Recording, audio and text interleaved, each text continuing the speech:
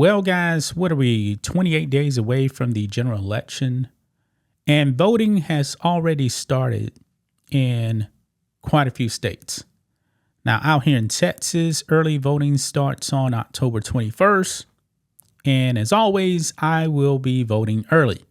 I highly recommend, guys, that you actually get out there and vote early, and that you actually vote Trump and vote red down the board. Don't be splitting tickets, guys, because if President Trump actually gets into the White House, he's going to need a Republican Congress to get things done.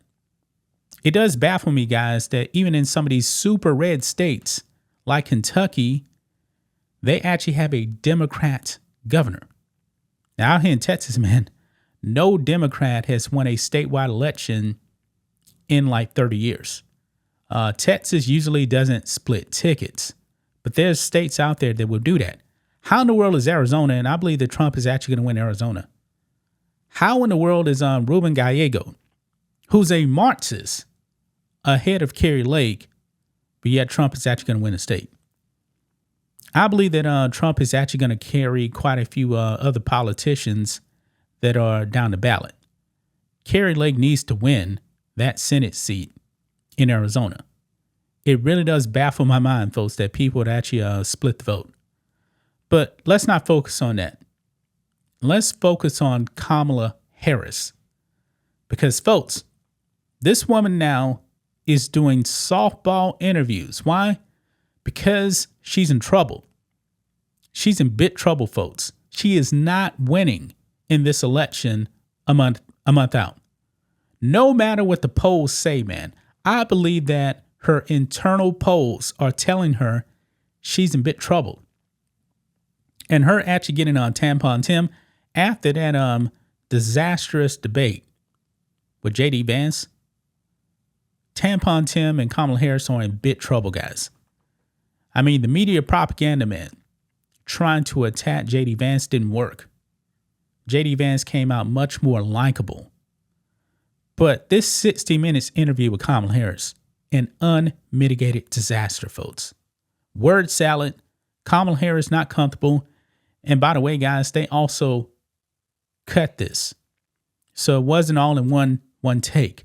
I'm wondering what the uncut version of this so-called interview was. When it comes to the border, guys, Kamala Harris cannot run from her record. She was put in charge of that border, even though the media is actually trying to say now, oh, she was never the border czar. Yes, she was. And they know that. They know that Kamala Harris was actually in charge of that border, or is in charge of the border. They know that. But they're trying to do everything possible to help get her over the top. But the American people, man, aren't that stupid. Like I said, guys, we actually had an honest media. This would be a 49-state landslide. Landslide. But let's go ahead, man, and react to some of these clips here of Kamala Harris doing 60 Minutes. Her campaign is over with, man. It is over with. Maybe she's actually going to do some other interviews as well. I don't know. But here we go. Right over here, man. Benny Johnson puts this out. I can't believe I'm saying this. 60 Minutes just ended Kamala Harris's campaign. This is excruciating right here. Let's go ahead and listen in, guys. Let's play it. Tell you what your critics and the columnists say. Okay. They say that the reason so many voters don't know you is that you have changed your position on so many things. You were against fracking, now you're for it.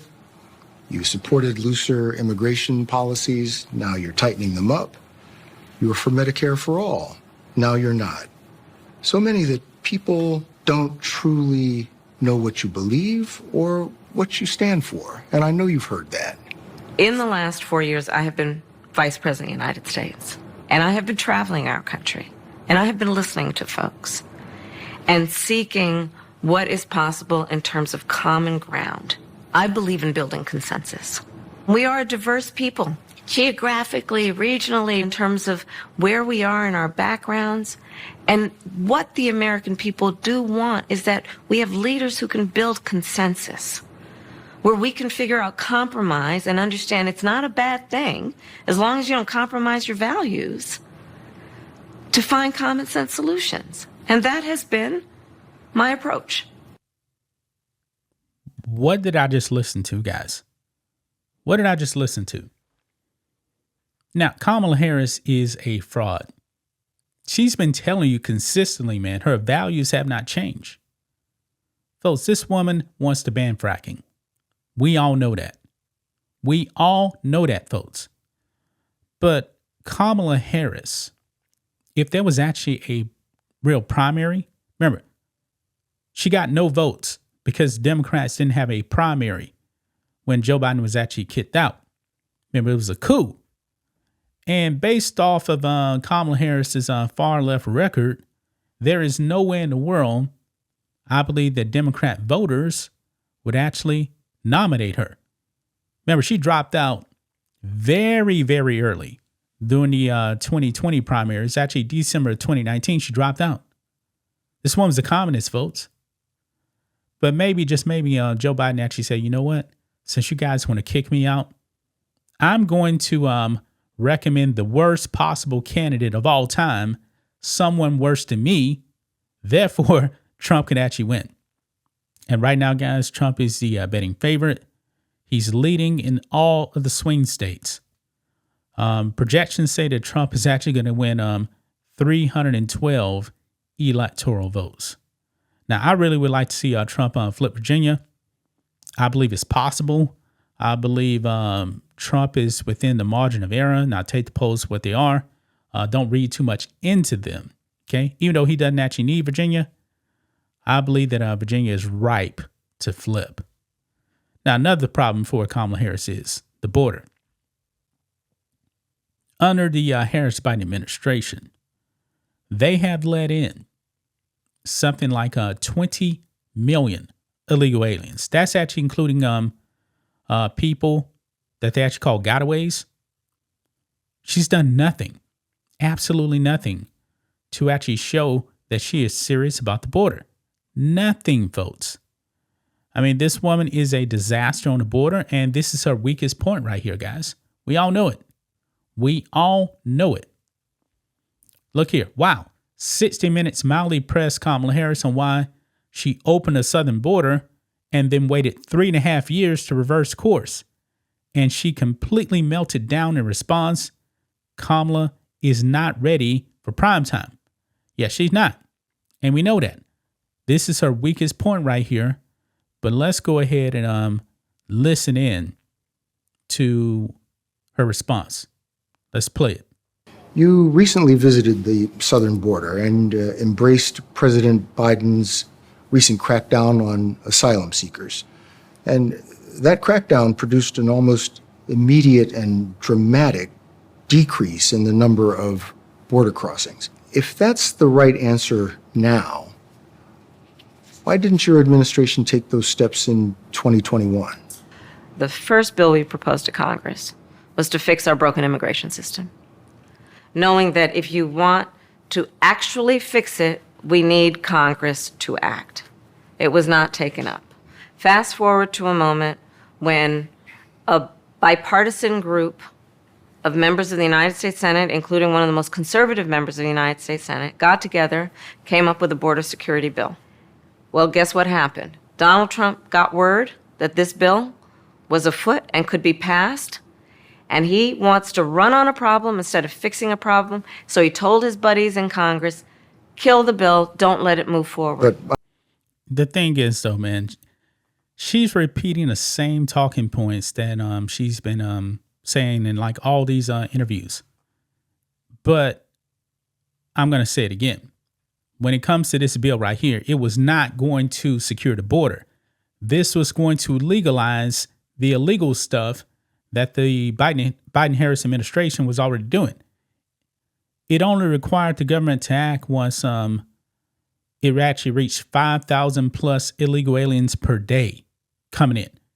They were going to allow 4,999 illegal aliens every single day, which is about 2 million a year.